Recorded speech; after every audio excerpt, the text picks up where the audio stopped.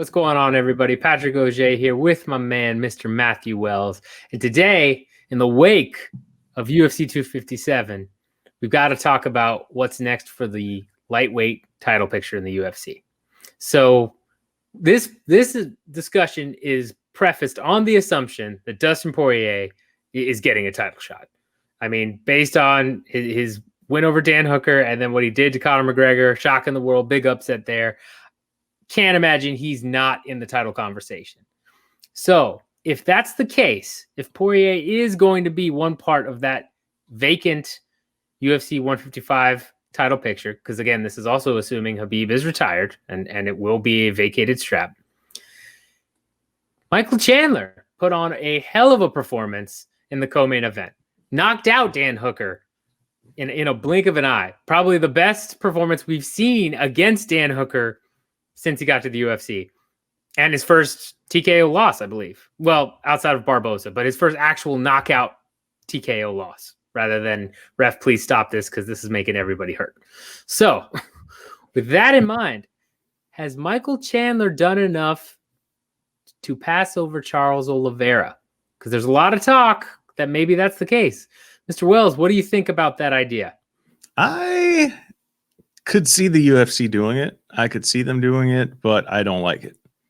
I would rather see Dustin Poirier fight Charles Oliveira. Michael Chandler came in, like we said over the weekend, man, especially during our live streams, if those of you out there missed it. We were talking about how the Michael Chandler debut was probably one of the best ever in UFC history, especially considering all of the, I guess, baggage, so to speak, he brought with him of being a former Bellator champion. The UFC actually acknowledging that in his introduction, which was kind of surprising to a lot of us.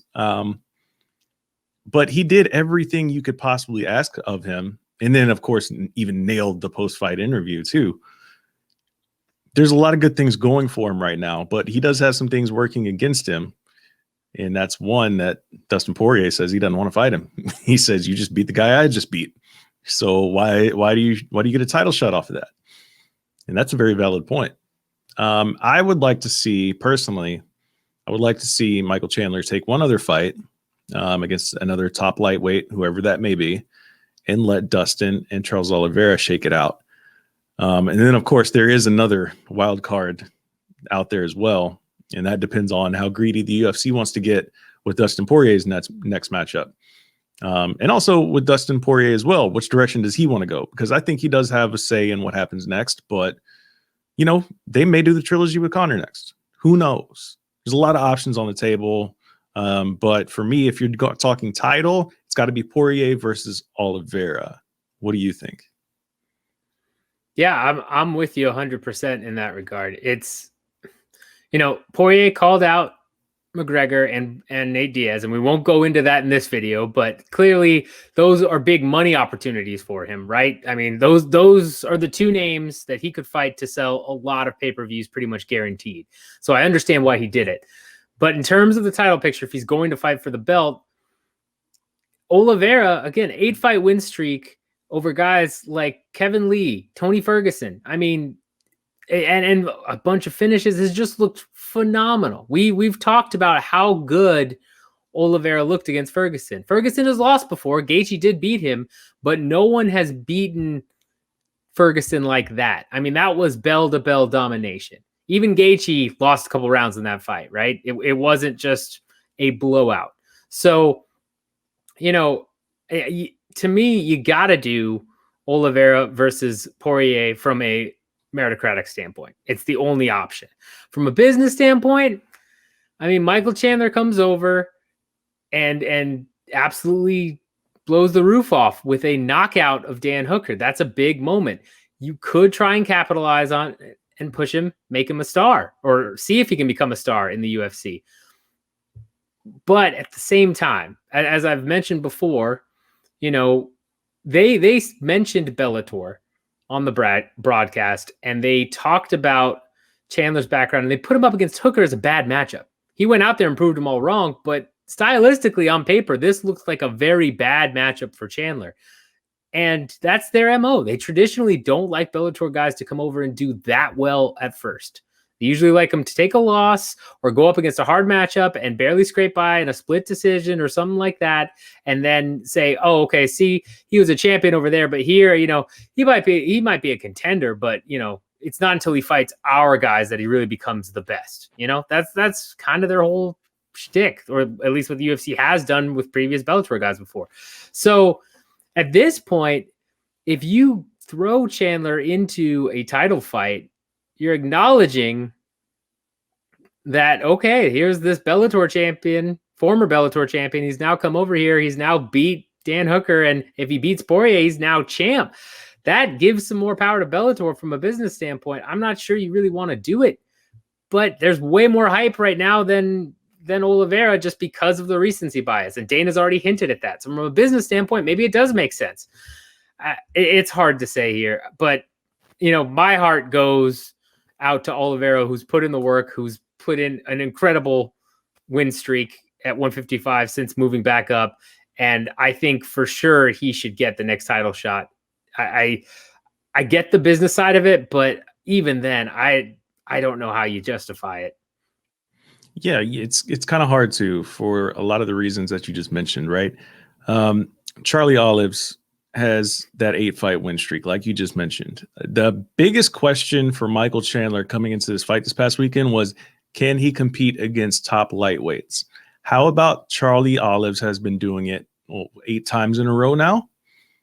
So he's kind of answered that question in spades. Not to mention he just beat 2 guys that have fought for titles in the UFC, one holding an interim title in Tony Ferguson. So I'd say he's proven himself way more than Michael Chandler at this point, even though Chandler was a champion in Bellator, even though he did just starch Dan Hooker. Do it again against another top opponent. Somebody in the top 5. I don't care who it is, in the top 5 lightweight, however the rankings shake out when they update this week. Put him in there against one of them. Let Dustin and Charlie Olives settle this thing.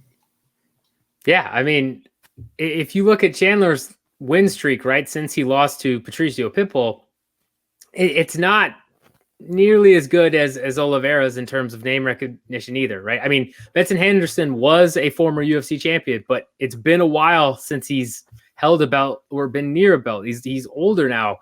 It's a win, still a solid win, especially the way he did it with a knockout, but it's not comparable to what Charlie Olives has put together. It's just not. So I'm with you there.